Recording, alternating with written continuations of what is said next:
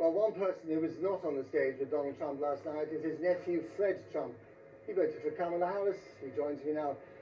Good to see you again, Fred. One would have thought, because your blood, your family, that after such an event, you know, your uncle's been president twice now, that he might be on that stage. Why not?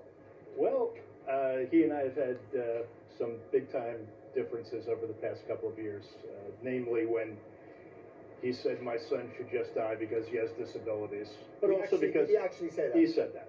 And January 6th was just a turning point, not just in my life, of course. Joining me now is Fred Fleitz, who's worked for the CIA and the Department of Defense, and worked for the National Security Council during the first Trump administration. He's now at the America First Policy Institute. Fred, it's good to have you on the program. Let's go through a number of key issues. Let's start with NATO. Is he going to pull America out of NATO? No, I want to start with Fred Trump. I saw your interview with Fred Trump. I thought that was one of the most tawdry and irresponsible pieces of journalism I have ever seen.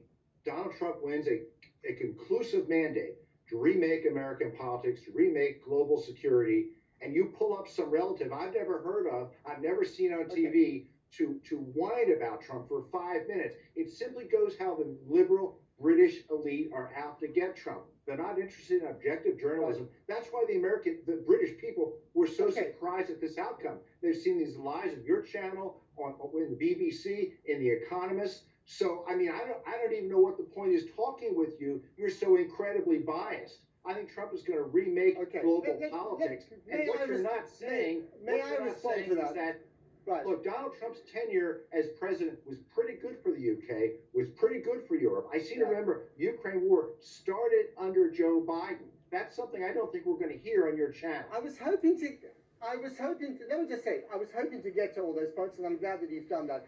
But he was talking about family, and as far as I know, you're not a member of the Trump family. We were talking about personal stuff. And that was very much his personal view. He wasn't talking about the election. He wasn't talking about the political strategy. He wasn't talking about that.